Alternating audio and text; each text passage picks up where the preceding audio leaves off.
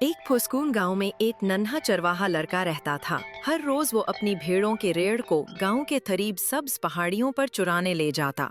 इसका काम आसान था, मगर कभी कभार बहुत बोरिंग लगता था। वक्त गुजारने के लिए उसने एक शरारती तरकीब सोची। वो एक पत्थर पर चढ़ गया और जोर से चलाया, भेड़िया भेड़िया भेड़िया मेरी भेड़ों पर हमला कर रहा है। गांव वाले अपने औजार छोड़कर लाठियां और पत्थर उठाए भागे चले आए ताकि भेड़िए को भिगा सकें। लेकिन जब वो वहां पहुंचे तो कोई भेड़िया नहीं था। लड़का उनके गुस्से भरे चेहरों को देखकर जोर जोर से हंसने लगा।